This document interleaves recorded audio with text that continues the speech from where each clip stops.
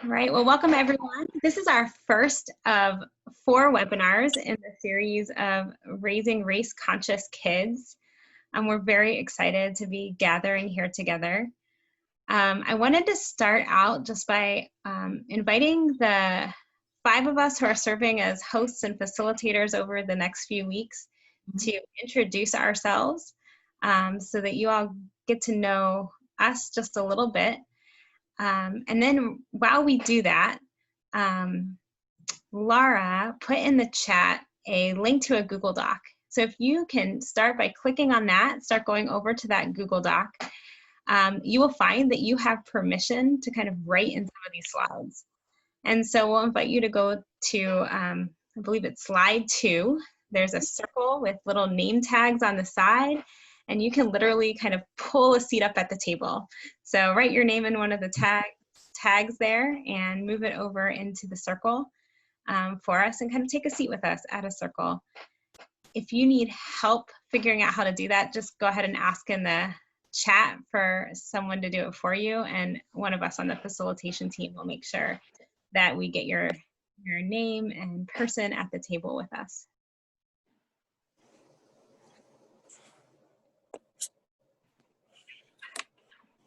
And so I'll go ahead and start. Oh, sorry. Yeah, so somebody had another question. So there's a link in the chat to a Google Doc. And so if you go ahead and click on that link, you will have access to a Google Doc of slides that's interactive.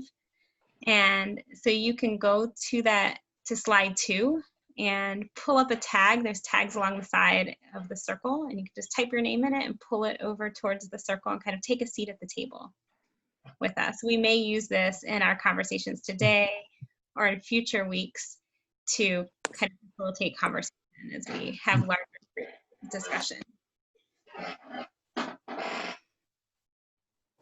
So I'll go ahead and introduce myself. My name is Marie. My pronouns are she, her, and hers. And I come to you all from the Finger Lakes of New York. I am the Youth and Young Adult Peace Formation Director. And so part of my work is thinking about how we connect leadership for peace and justice with children, for children, and in doing that with parents and teachers and others who work with children. And another aspect of my work is coordinating On Earth Peace's internship program. And so facilitators that are joining me today are interns who are working in a variety of roles in our organization. I'll let them share which roles they're in. But we're excited to be here as a team of people to explore this conversation about raising race-conscious kids. And with that, I'm going to turn it over to Laura to introduce yourself. Yeah, hi, my name's Laura Hay, and I'm one of the co-leaders today. I am serving as the youth and young adult intern, so I'm kind of the help for Marie, and my job is an extension of hers. Right now I'm in California. I'm a rising senior at UC Berkeley, a theater major with a public policy minor, and I'm really excited for today. So I'm gonna pass it over to Tamara. Hi guys, my name is Tamara. I'm currently in Chicago, or a couple, I want to say like 10-15 minutes outside of Chicago, Illinois. I am one of the racial justice interns, and my co-organizer is also here as a co-leader today, Grace. And I attend University of Rochester in Rochester, New York, and I'm double majoring in psychology and African American studies. I'm so glad to see all your faces today, and I'll pass it to Grace. Hi, I'm Grace. I'm the other racial justice organizing intern. I am from Huntington, Pennsylvania. I go to school at Juniata College. I'm studying conflict resolution and communications. And it's cool to see all your faces. Hello. I'll pass it to Priscilla. Hello, my name is Priscilla, and I'm the Children's Peace Formation Coordinator at On Earth Peace, and I'm from Chesapeake, Virginia, and I'm currently pursuing a master's degree in public administration at Old Dominion University, and I'm very excited about today. We have such a big crowd here that we don't have time to hear out loud from everyone who's gathered, where you all are coming from. But we did want to invite you all in the chat to just answer a couple quick questions, introducing yourselves here. So you could say where you're from, and then identify who are the kids in your life that you're thinking about as you join this workshop, as this webinar series. So who are the kids in your life that you come here thinking about?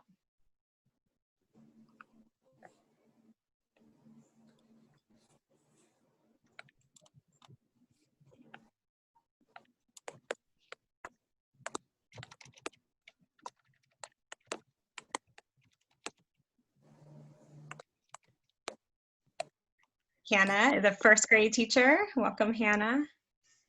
Rachel is thinking about her 2 sons and 2 nephews. Ruth is a teacher who will be teaching 6th grade this year. And now they're coming in fast enough that I'm not going to be able to read them all. Katie has 2 children of her own, a 5- and 7-year-old, and is thinking about children in her church.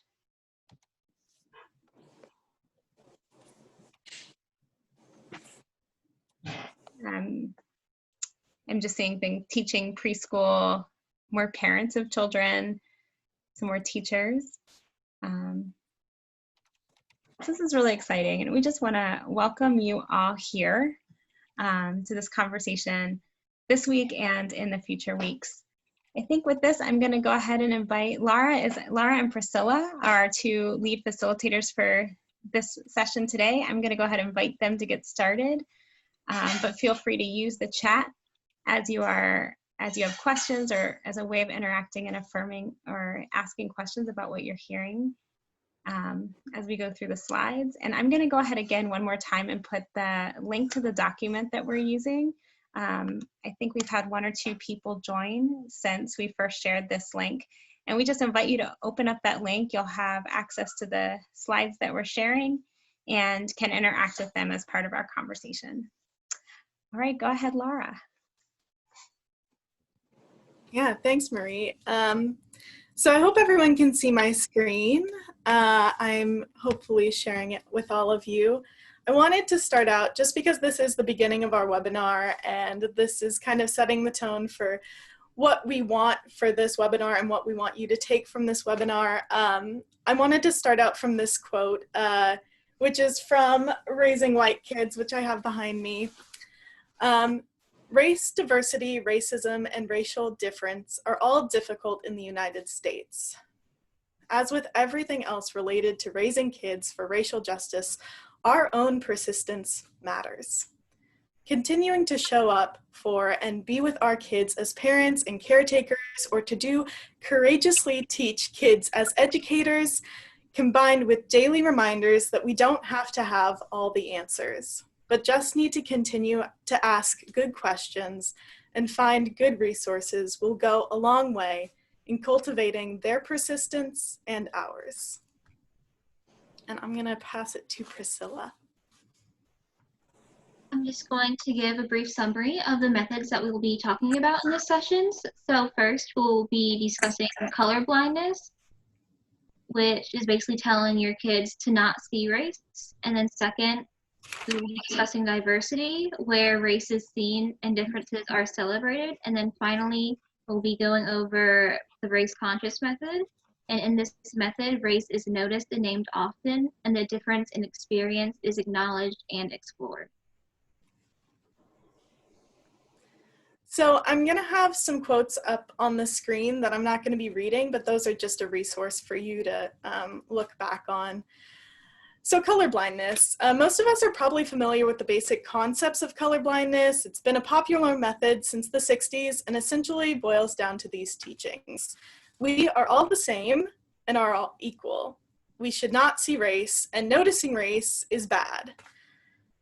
And these teachings, they come from a really good place. We do want everyone to be treated equally and want, and someone might say, well, race is just a construct of our society. It has no basis in biology, so therefore we shouldn't see it. And that's true. But the fact that something's a social construct doesn't change the real effects that it has in America. I mean, language is a social construct, but it's very much a real thing.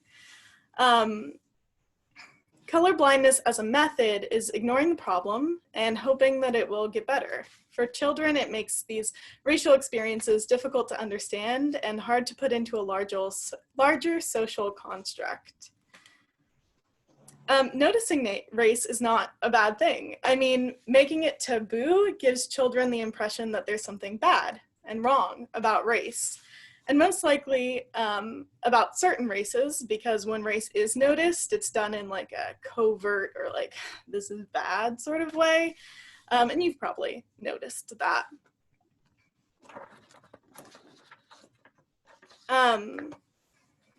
So this is addressing colorblindness as a form of white silence. This teaching is mostly predominant in white families because it's much more likely that non-white kids will experience instances of racism much earlier in life. So many families teach about race and racism earlier. They have to be intentional in those conversations with their children, and don't run into those incidents, but white children are observing race tensions all around them every day and will experience incidents of racism, maybe not directly directed towards them, but in their classrooms, playgrounds, and just in life. They may benefit from racial hierarchy early in life too. And that's kind of the crux of this issue. It's not that we don't have to talk about these issues because they don't affect us, but they're seen to not affect us negatively. And in that way, colorblindness and, as you'll see as we go into diversity, are both forms of white silence. So colorblindness doesn't work for the simple reason that we cannot not see race. Children are constantly perceiving racial interaction in everyday life. The big topics we choose to shelter our kids from are seen and experienced by them every day. But unless we engage that learning, giving language and context and support, kids are going to interpret these interactions in uninformed and presumptive ways, which is totally natural because they're kids.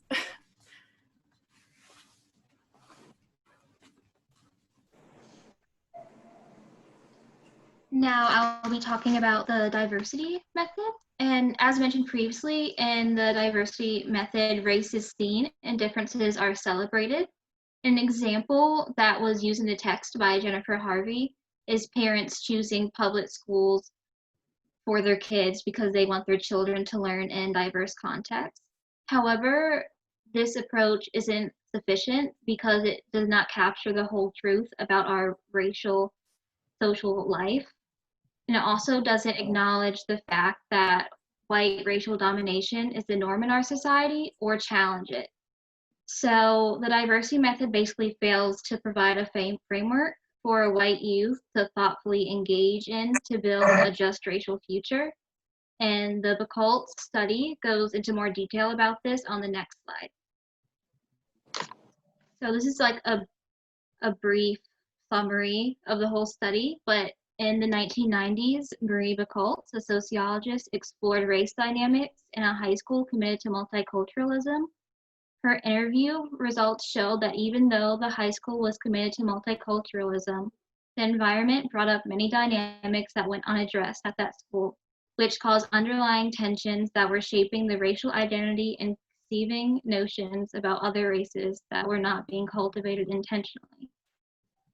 She determined that white students' negative view toward diversity are a symptom of not having access to what she calls a meaningful ethno-racial identity. So in other words, the study found that even though the high school was committed to diversity, it wasn't enough to cultivate and break down the racial lines created by our societal norms. Next slide. And this kind of just gives a brief overview of everything that I said. Basically, diversity gets a step up from colorblindness, but it doesn't address the whole issue.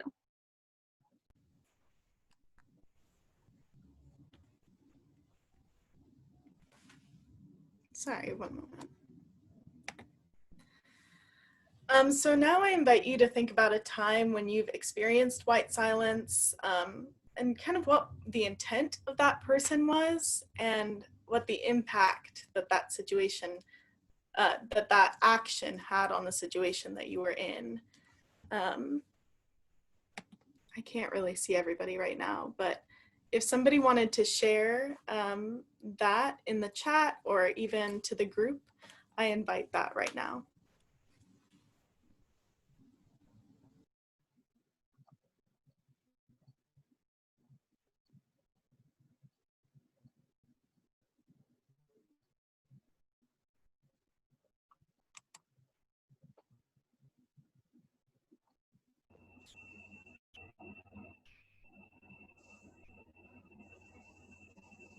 Katie, did you want to speak into the question?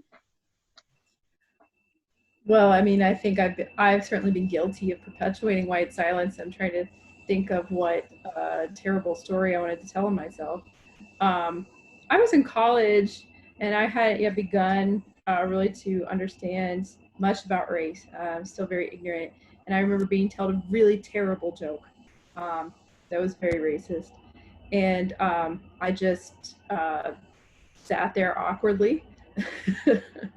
And I look back on that often and think, what would I have done differently? The intent of that, and it was in a group of people, and I guess my intent was to get along and not rock the boat and have everyone like me.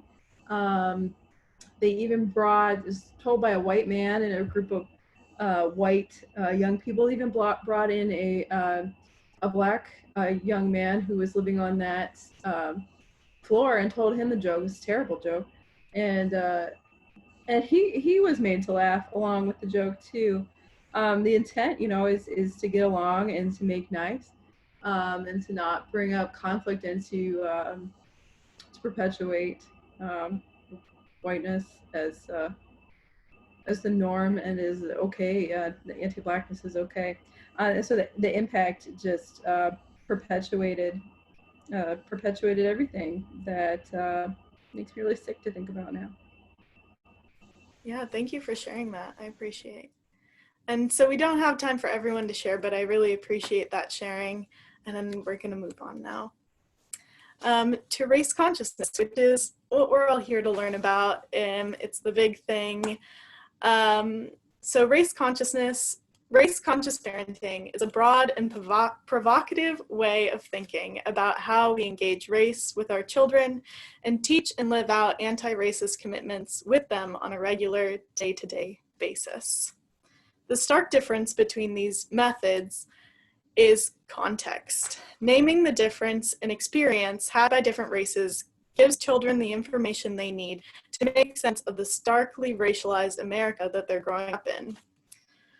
The phrase early and often is used a lot by Harvey in raising white kids. It's easy to think these topics are too big to address with the children we're around, whether that be parenting or caretaking or teaching, but children are noticing these things every day from very young ages. Some studies even suggest that before children can speak, they're noticing racial difference. So addressing their observations and discussing the experiences aids in their racial development. By explicitly engaging the racial dimensions and experiences, spaces and places and relationships, and by addressing these in age-appropriate ways, race-conscious parenting conducts a deep reading of the actual racial environment. It is able, therefore, to respond to children's actual experiences, not to the racial experiences we wish they were having. It also teaches children, as they develop and grow, to be able to do the same.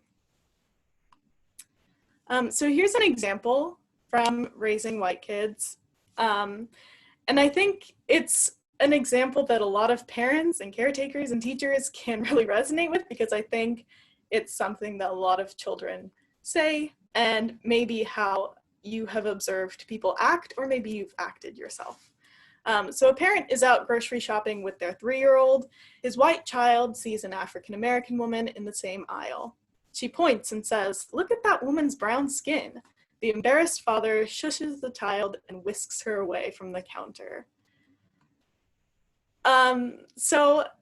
Just addressing what I said before about colorblindness, making things taboo doesn't change the fact that that was an observation that the child had. It tells them that talking about race is bad.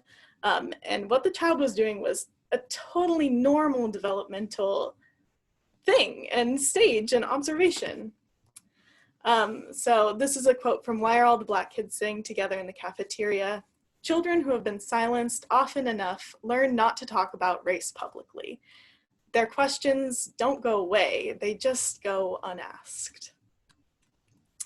So race-conscious parenting is a little different than what the dad said. He shushed the child and they left. But a race-conscious parenting approach would be to affirm and encourage the fact that she was noticing race, and then giving her a positive description of the difference. So here is an example from the book. Honey, it's not polite to point, but yes, that woman's skin is a beautiful shade of brown. And now I was gonna ask the whole group if we had an example of this, but I know that Marie has a really great example of this, and so I would like to invite her to share right now about her experience with her daughter. Sure. So I was sharing while we were planning this session that just last week, my daughter, who is 6 years old, and I were going on a mommy-daughter date to a botanical gardens. And when we showed up, we pulled up in the parking lot, and she opened the door and she exclaims, "Mom, there are 2 Black people here.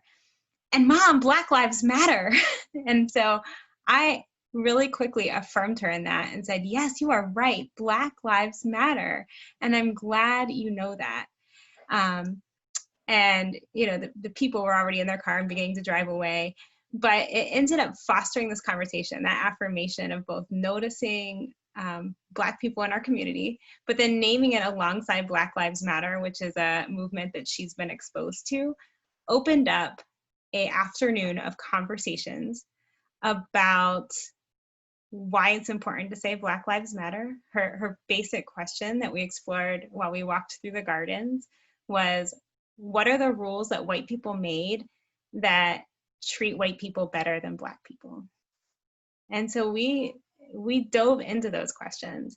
And so I shared it as just like an opportunity that she was able to notice somebody and then create this whole window for us to have a really in-depth and important conversation together in a space that like allowed us to have that one-on-one for a good amount of time. Yeah, thank you so much for sharing that. That just puts a smile on my face. I love it. Yeah, so now we're going to move into breakout rooms, which I'll invite Marie to kind of lead. Yeah, Laura, how many people would you like in groups? How many people do we have here? We have 21 participants, including facilitators. We could do 3 then. Okay. Groups of 3. Okay. It'll just take me a minute. Why don't you go ahead and introduce the assignment, and I'll go ahead and get the room set up. For sure. So in these groups of 3, would just like you to talk about this question, which I think we can put in a chat to all of the rooms, but I'm not sure, so take a good look at it. So it says, race-conscious parenting insists on noticing and naming race early and often. Have you done this with the kids in your life? What can you do to make it more likely that you'll engage in this way in the future? And I think one answer is you're already doing it. You've come to this seminar, you're trying to learn, and I love that. Yeah, so that's what we're going to be talking about in our breakout rooms.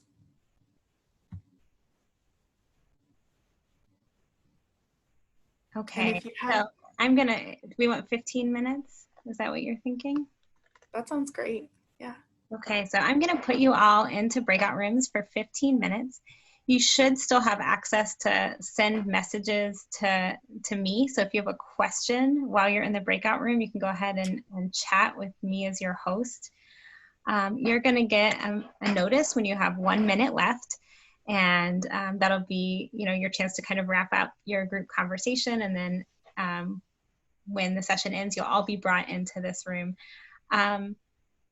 And you're gonna get, before you get into the room, you're gonna get something pop up on your screen that asks you to click it to join the breakout room. So please do click that, and enjoy your conversations with each other.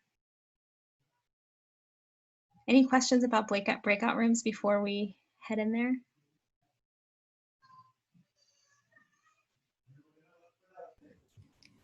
I will just say, since you have access to the slides, if you forget the question, you can refer back to it that way. All right, we'll see you all back in 15 minutes.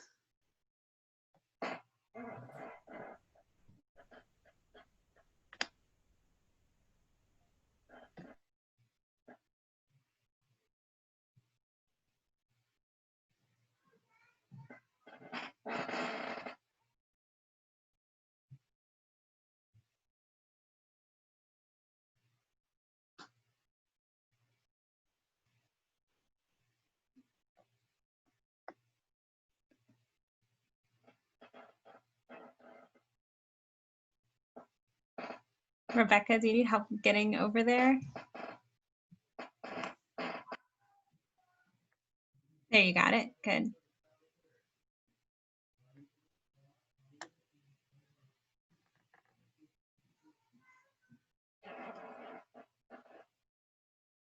And Carol, I see you're here. If would like to come, if you need help getting over to the room, that's fine. And if not, you're welcome to hang out here in this space. Hey, Laura. Did you put us all together on purpose? Yeah, because I didn't know if y'all wanted to check in with each other in some way.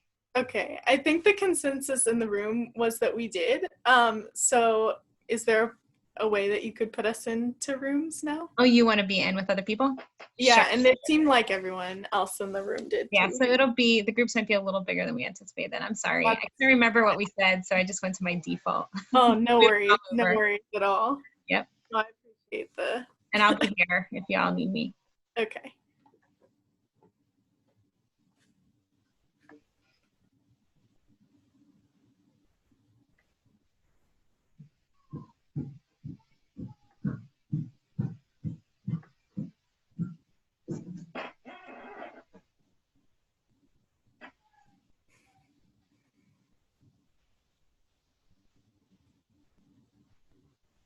Hi. How did we Oh, all I end booted up here? myself out. How did we all end up in this room? All right, and now, so sorry. What do I have to do now? I booted myself out, but now I'm back. So I go in the. It's okay. I'll just put you back to a different group. Laura and Tamara, are you guys joining your groups?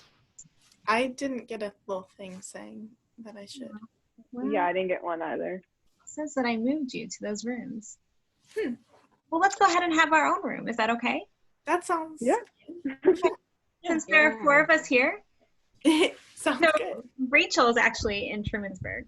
So Okay. I know. was hoping someone from my community would come so that you could. Yeah. I for some reason I assumed that maybe more would be here. I didn't realize this was international. I mean, more of our for sure. peers or whatever. Yeah. So what's the question? Well, first off, like, what connection to kids do we all have? I think is the first question. Yeah. I am working with kids through this internship, so that's my way of connecting with kids. Yeah. I have 2 sons, and it seems kind of limited to say that I want to, but I guess that's where I'm starting. I'm starting with my family. Oh, yeah. Mm-hmm. Yeah, I have done a lot of summer camps and come in contact with kids in that way. I also am planning on working in a research lab with kids in the fall. Welcome back. You're catching the end of our little pods conversation. But with some time that we have left, I'd love to hear what people had to say in their small groups or any insights you'd like to share with the group. Whatever.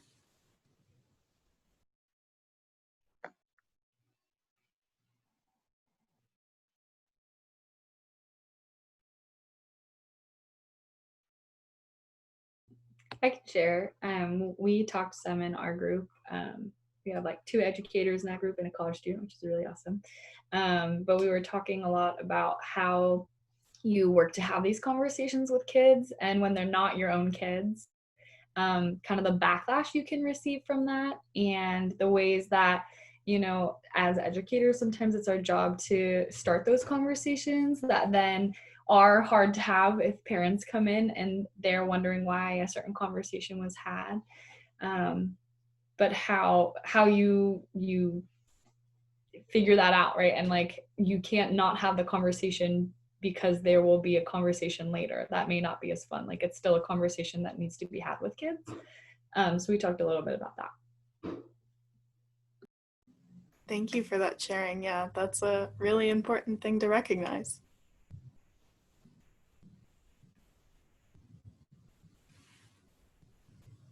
Who else would like to share?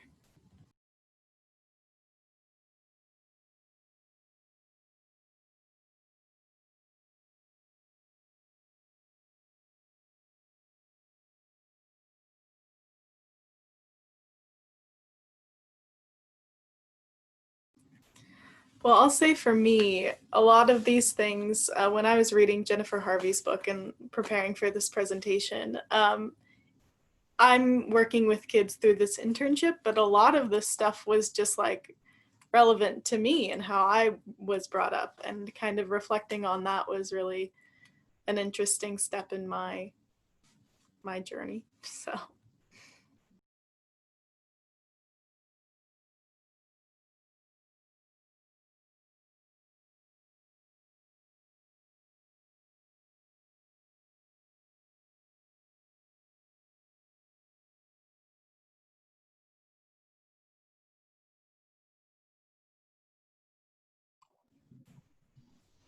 I guess a lot of what my group ended up talking about was the importance of just being proactive with our kids, in having conversations, not shying away from them, being proactive about, you know, what spaces are our kids inhabiting. And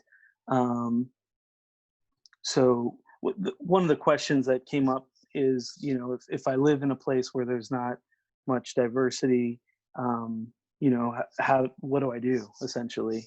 And it was a hard thing for me particularly to answer, because where I live, my kids are the white kids in the neighborhood. But essentially, a lot of what we talked about is, you know, trying to be proactive about what we expose our children to, and recognizing where there are opportunities for them to kind of be the other in a way, and to interact with kids that are not like themselves, so they can recognize, you know, the beauty in the diversity around them, and then also to recognize the inequity that is in our culture, and ideally, as they grow, to want to fight against that. And I think I heard Tamara saying towards the end, like to grow to be a true ally, and that sort of thing. So that's sort of what we were talking about. Yeah, thank you for that. Good questions. To that point, our group had also talked a little bit about kind of the ways in which, so when you are proactive about talking to your kids about race, or when you're in situations like Felix had talked about the example, Laura, that you used, and how, right, saying beautiful brown skin, but then in turn saying something back like, and you have beautiful X skin color, right? And so the idea that, like, you had said the word other, Josiah, and it made me think of like the fact that we perpetuate that white is the norm. And so kind of how do you navigate also making sure that whiteness is talked about when you're talking about race, and being really intentional about having these conversations, and in being proactive, being courageous about when you do it is also when we had a little bit of conversation. And like Marie, for instance, you know, I know that you have taken your kids, right, to protests, and potentially if you hadn't done that, maybe your daughter wouldn't have mentioned or said Black Lives Matter. And so it's moments like that and taking that step of like, maybe you're a little worried about taking your kid to a protest, but doing that and putting them in those positions leads to those types of questions. And Jennifer Harvey talks about that a lot in her book, as she discusses that like parents often are worried about saying too much to their kids, and then they end up not saying enough, and it stops good conversations from happening. So I think too, being proactive in a way that's courageously just being really upfront and forward and honest, Harvey argues, is like a really good way to start conversations and lead to really impactful situations with your kids. Thank you for that, Grace. I appreciate that input.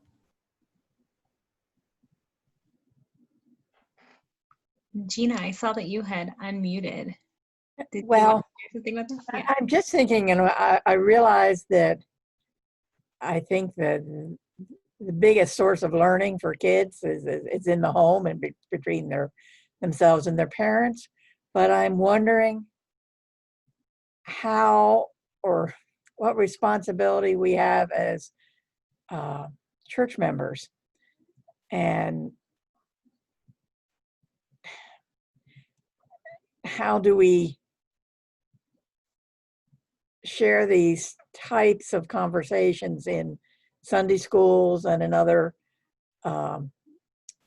venues in the church, and where is our responsibility when, like the other person, I forget your name, I'm sorry, but was saying when they're not your kids. Sometimes I think churches are pretty quiet too, and that our kids are not challenged to think about these kinds of things. It's more an observation, but also a question. I think that's a really great question. Yeah. Would anyone like to speak to that, or it's just something we can sit with? I think it's just a general big time question too. I mean, I could share, and Laura, you could add to this. I know because Laura and I went to the same church growing up for a little bit, and we did, instead of like a vacation Bible school towards when I was really getting into high school and junior high, our vacation Bible school kind of changed to what we called Peace Week. And so it was looking at, these Christian values that we have, but how do we look at them in the bigger world, right? And what does it mean to be a Christian in a world where so many terrible things are happening and so many things are not talked about? And how do we live these Christian values and be a good Christian in this world? And that led us to talk about different things all around the world, right? And things that we were seeing in the United States. And so I think sometimes those pushes to kind of go outside, not to go outside the realm of Christianity, right? But to look at, what does that mean? What does this part of your life mean in your fuller life, in your whole life? And how do we deal with the injustices that we're seeing in our Christian teachings, right? Or in the way that we were taught in the church. And I always kind of find that provides space for a really different conversation where we're not so focused in religion, but are still using that thread to view things around us. So that may be a way to look deeper into that. I don't know. Thank you. Where are you from? I originally grew up in Illinois, but where the church I'm talking about is in Modesto, California. Okay. Thank you. Yeah, thank you for bringing that up. I hadn't connected those in my mind, but that's great. Katie, I saw that you unmuted yourself. Thanks, Grace. Yeah. Hi. So this is the second congregation that I'm serving where all the adults, not all, but the vast majority of the adults are white, and a larger preponderance of the children are not white, are of different races, or multicultural. And the congregation I'm serving now is on a journey of anti-oppression work and confronting anti-Blackness and racism. But we're on a journey, we're not doing it perfectly. one of the things that we tried to do this summer was a vacation Bible school, and I had prepared a vacation Bible school that was prepared to talk to white children and not as prepared to talk to children of a multiracial group. And so we're taking our time to think about how to do that and really partner with leaders of color to do so moving forward. But in both those settings, both the churches I've pastored now, it has come up in Sunday school that teachers feel unprepared, the white Sunday school teachers, to address questions of race when they come up. And they come up because our children do see differences. And so in both settings, that has been, I wouldn't say like a big stop everything issue, but it could be and maybe should be. How do we do better by all of our children? And so that's the question on my heart. So thank you for bringing that up, Gina. Yeah, thank you for that. We are at the end of our time, so I'm going to have to cut this off. But if you'd like to stay afterwards and have a chat after we've kind of closed our time, I would invite that. I think that would be wonderful. I'm just going to share my screen one more time. Let's see here.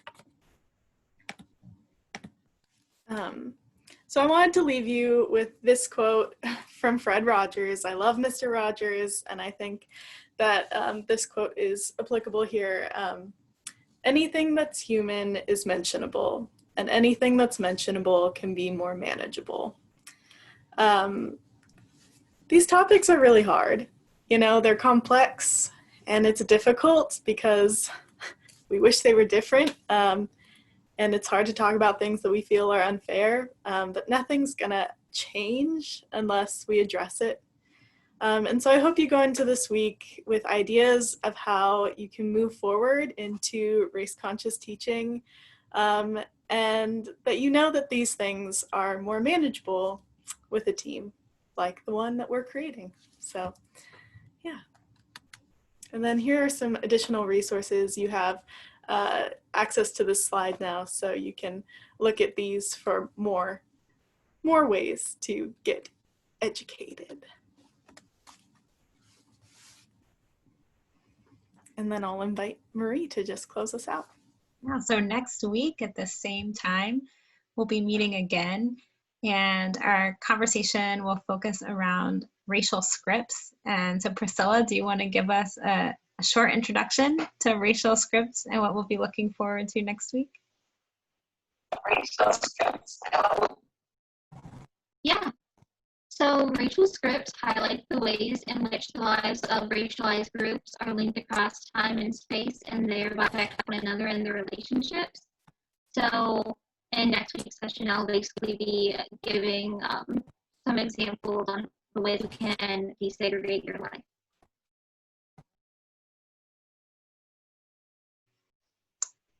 And if you are invited to come to that session, of course. You're also invited to bring other people. So we're not making this like a series that you have to attend everyone in order to be able to come and be welcome here. So if you would like to invite others to join us next week, you can go ahead and send that same registration link that you signed up with. And we look forward to being together again soon. And if you want to stick around for questions and sharing, I'd love that.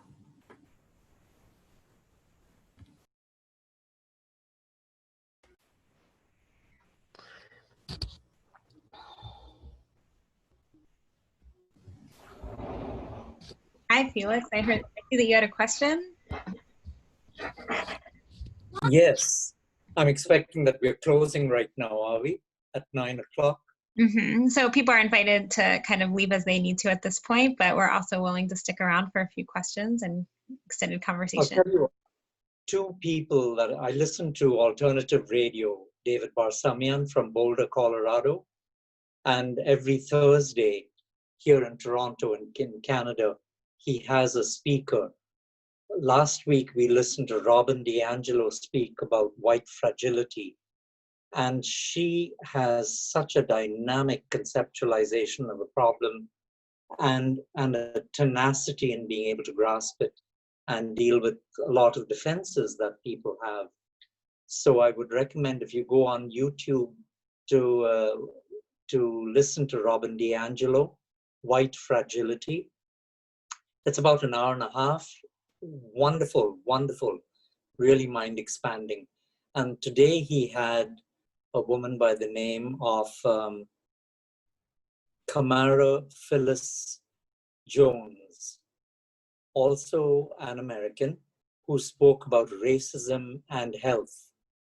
And again, the way she conceptualizes race from the point of view of an African American, it was really edifying. I thoroughly enjoyed listening to her. Kamara Phyllis Jones. So if you get a chance to listen to either of those two or both those talks on YouTube, I would imagine, it would really benefit all of us. Thank you. Felix, you have access now to that Google slide with extra resources.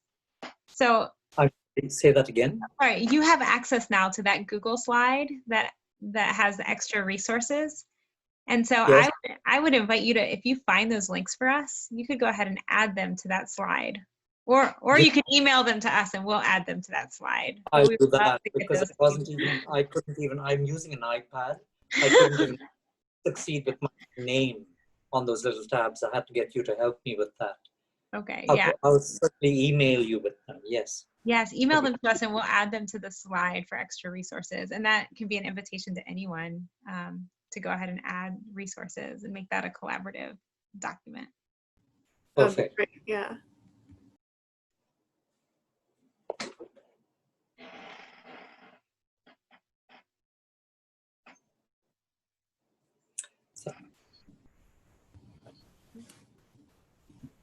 Sorry, did you say we're closing shop now? Yep. Mm-hmm. Okay, thank you very much. Bye-bye, everyone. It's good to Thanks, see Felix. Bye-bye. you. Yeah.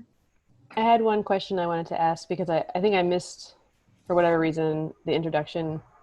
Are all of you a member of a church? The same church or no? Yeah. So A similar church? Yeah. So On Earth Peace is an agency of the Church of the Brethren. So it's the organization we all work with, but we work Okay. within the church and kind of beyond the church. And Yeah. so not all of us are church related, but some of us are. Uh-huh. So let's see. What is the name of the church again? It's called Church of the Brethren. It's one of the 3 historic peace churches, along with Mennonites and Quakers. Okay. Yeah, we don't have many congregations like north of Pennsylvania. So yeah. Thanks, you guys. Yeah. Thank See you you, next Rachel. week. Good to have you here. Thank you. Hey, Rachel, it's good to see Rebecca. Rebecca's who I'm talking about. Oh, she just left. I was going to say hi to Rebecca. Oh. It said Michael instead of Rebecca. Well, yeah. How are y'all doing? That was great. That was good. I'm going to, wait, let me stop my recording.